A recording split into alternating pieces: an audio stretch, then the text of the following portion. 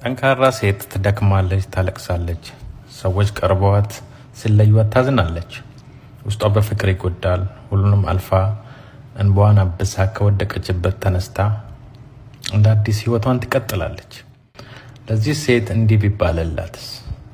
ለሌላው የማይገባው ከሰው ያልደረሰ ስቃይ ቁስል አዝለሽ ልብሽን ያራሰ አጨለምናት ሲሉ ፈክተሽ የምትደምቂ አስለቀስናት ሲሉ ንቀሽ የምትስቂ ማለፍ የምታውቂ ሁሉም ፈገግ ብለሽ አንቺ ጀግና ሴት ነሽ።